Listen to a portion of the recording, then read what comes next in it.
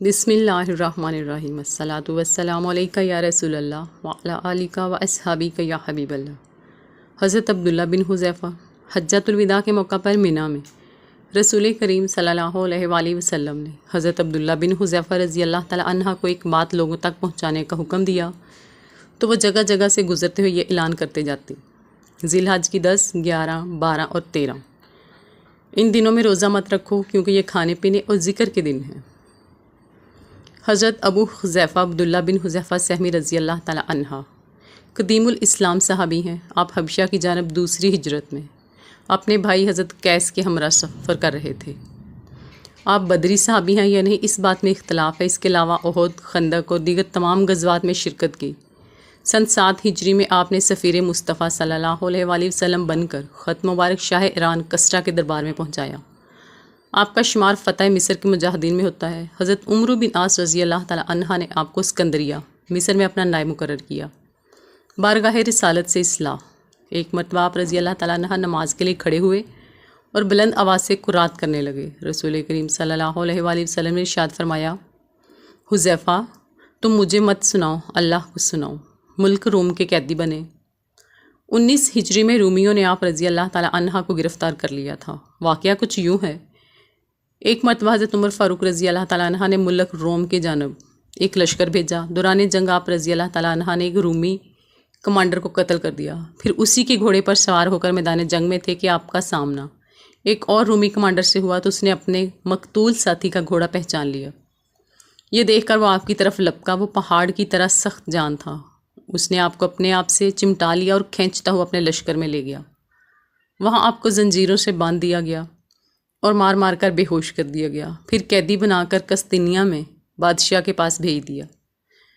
ساتھ ہی یہ پیغام بھی بھیجا کہ یہ محمد عربی کے ساتھی ہیں۔ بادشاہ نے آپ کو تکالیف دینے کا حکم دیا۔ آپ نے ان تکالیف پر صبر کیا اور اس کے بعد آپ کو ایک کمرے میں بند کر دیا اور سامنے شراب اور سور کا گوشت ڈال دیا۔ 3 دن گزر گئے لیکن آپ نے ان میں سے کچھ نہ کھایا نہ پیا۔ سپاہیوں نے بادشاہ کو خبر دی تو بادشاہ نے کہا: اسے وہاں سے نکال لو ورنہ وہ وہیں مر جائے گا۔ دوسری طرف حضرت عمر فاروق رضی اللہ تعالی عنہ نے آپ کی رہائی کے لیے شاہ روم کے نام ایک خط لکھا۔ بادشاہ نے خط پڑھا تو اسے آپ کی اہمیت و قدر و منزلت کا اندازہ ہوا۔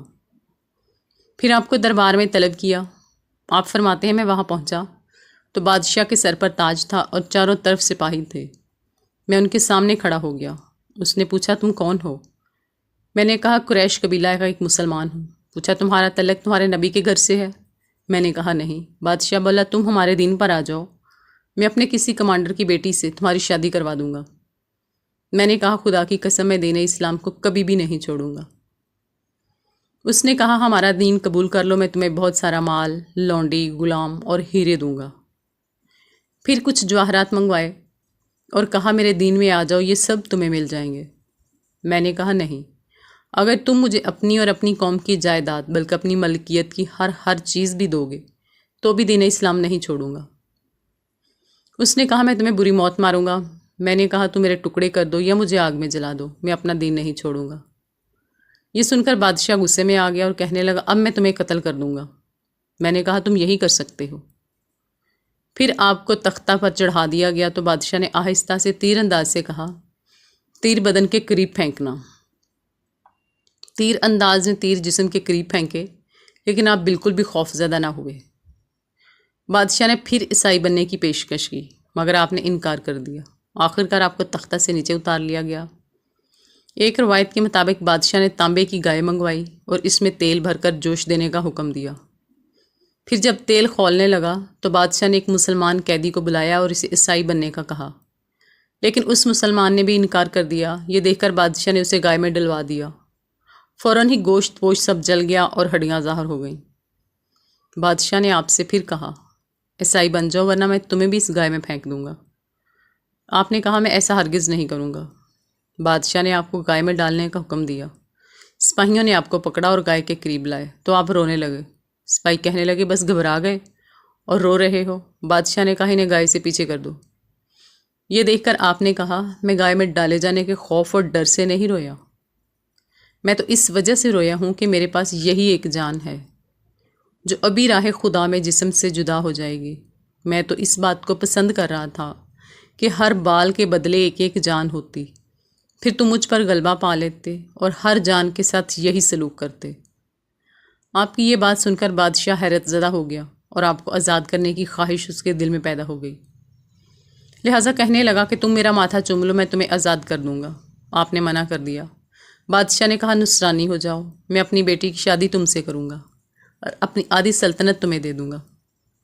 آپ نے اب بھی انکار کیا۔ آخر وہ کہنے لگا کہ میری پیشانی چوم لو تو میں تمہارے ساتھ 80 مسلمان قیدیوں کو آزاد کر دوں گا۔ بادشاہ نے اپنا وعدہ پورا کیا اور آپ کے ساتھ 80 مسلمان قیدیوں کو بھی آزاد کر دیا۔ بعض روایتوں میں 100 اور بعض میں 300 قیدیوں کا ذکر ہے۔ ساتھ میں آپ کو 30,000 دینار، 30 خادم اور 30 خادمائیں تحفے میں بھی دیں۔ آپ آزاد ہونے والے مسلمانوں کو لے کر بارگاہ فاروقی میں حاضر ہوئے اور پوری تفصیل کہہ سنائی۔ حضرت عمر فاروق رضی اللہ تعالیٰ عنہ نے فرمایا کہ ہر مسلمان پر حق ہے وہ حضرت ابن حذیفہ کا ماتھا چومے، اور میں سب سے پہلے حضرت ابن حذیفہ کا ماتھا چوموں گا۔ یہ کہہ کر فاروق اعظم نے آپ کا ماتھا چوم لیا۔ یہ دیکھ کر دیگر مسلمان بھی کھڑے ہو کر آپ کے سر کو چومنے لگے۔ بعد میں بعض لوگ آپ سے مزاح کیا کرتے کہ آپ نے ایک کافر کا ماتھا چوما تھا، تو آپ یوں فرما دیتے کہ ایک چومنے کے بدلے اللہ نے 80 مسلمانوں کو آزادی دلوائی ہے۔ اللہ رسول کریم صلی اللہ علیہ وآلہ وسلم کی صحبت پانے والے صحابہ کرام کا ایمان کیسا مضبوط ہوا کرتا تھا کہ مال و زر، جائیداد، سلطنت اور حسین عورتوں سے نکاح کی پیشکش بھی ہوتی تو ایمان کے مقابلے میں کسی پیشکش کو قبول نہ کرتے اور ایمان پر ثابت قدم رہتے۔ اللہ کریم صحابہ کے ایمان کے ساتھ ہمارے ایمان کو بھی مضبوط فرمائے، آمین۔ وفات: آپ رضی اللہ تعالیٰ عنہ کا انتقال خلافت عثمانی میں تقریباً 33 ہجری مصر میں ہوا اور یہیں آپ کی تدفین ہوئی۔